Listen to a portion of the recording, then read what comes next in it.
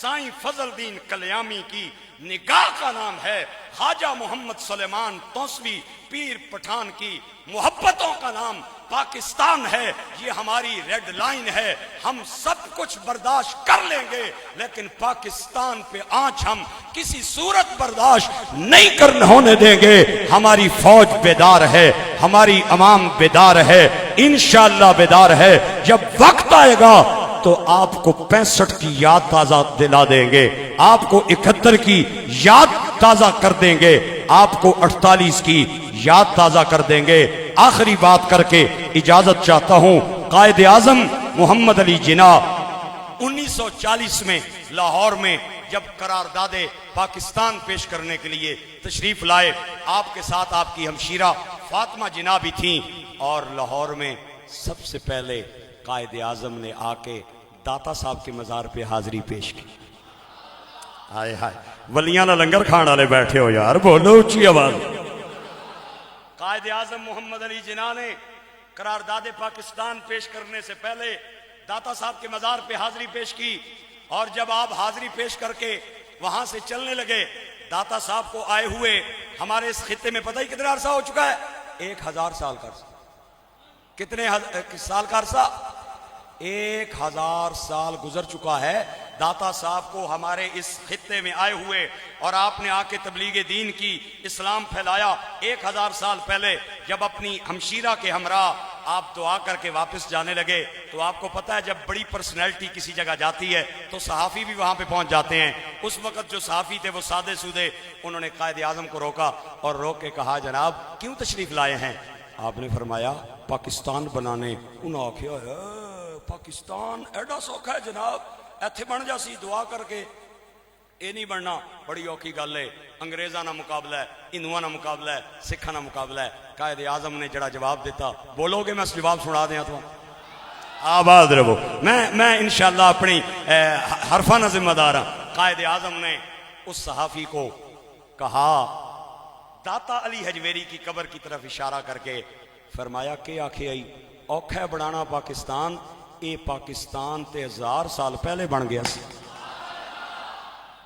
خاک علامہ اقبال کہتا ہے، خاک پنجاب دمے او زندہ گشت، صبح ما از مہرے او تا بندہ گشت، معین الدین سید حجویر مخدوم مرقد او پیر سنجر راہ حرم۔ پھر کہو میرے نال پیارا پاکستان، ہمارا پاکستان، پیارا پاکستان، ہمارا پاکستان، لا الہ الا اللہ کا نعرہ پاکستان، پیارا پاکستان، ہمارا پاکستان۔ تسی کونے رہنے اس ملک میں جات کیوں تسانے تھلے ہوئے؟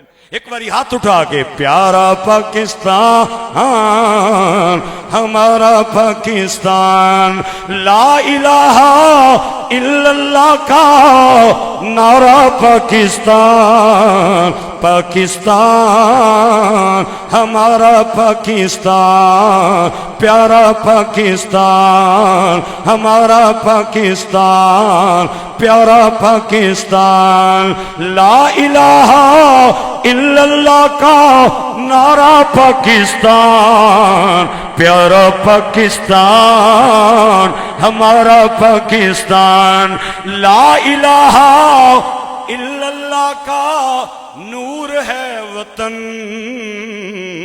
صدقہ اس میں حضور ہے وطن، لا الہ الا اللہ کا نور ہے وطن، صدقہ اس میں حضور ہے وطن، عرض حجاز کا نظارہ پاکستان، پیارا پاکستان، ہمارا پاکستان، مل کے آواز سے آواز ملا کے پیارا پاکستان، پیارا پاکستان۔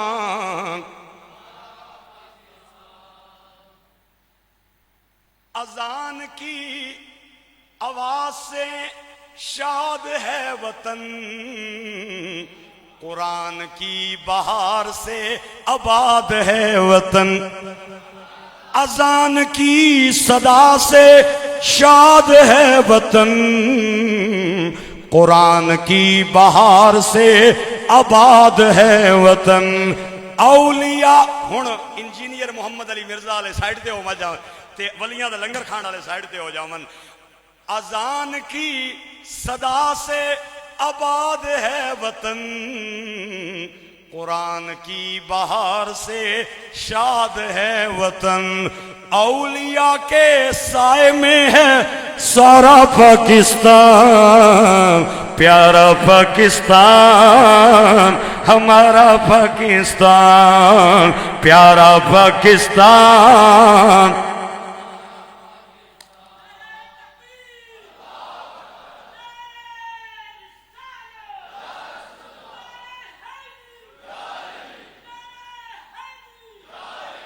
بہت شکریہ۔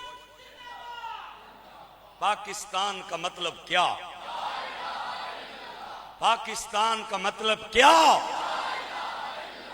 آج میں اپنی آرمی سے بھی دست بستہ عرض کرنا چاہتا ہوں، یہ ملک اس وقت تک قائم رہے گا جب تک لا الہ کی باتیں ہوتی رہیں گی۔ اس ملک میں لا الہ کا قانون نافذ کر دیں، قرآن کا قانون نافذ کر دیں، نظام مصطفیٰ کو نافذ کر دیں، کیونکہ تاریخ بتاتی ہے آج سے 75 سال پہلے قائد اعظم کی کال پہ یہ لٹے پٹے لوگ کلمے کے نام پہ کٹھے ہوئے تھے، آج بھی کٹھے ہوں گے تو مصطفیٰ کے نام پہ کٹھے ہوں گے۔ ان کے دل کا سودا ہوگا تو مدینے کے بازار میں ہوگا اور کہیں پہ نہیں ہو سکتا۔ لہٰذا حضور کے غلاموں کو پھانسی نہ لگایا کریں بلکہ انہیں قوم کا ہیرو سمجھا کریں۔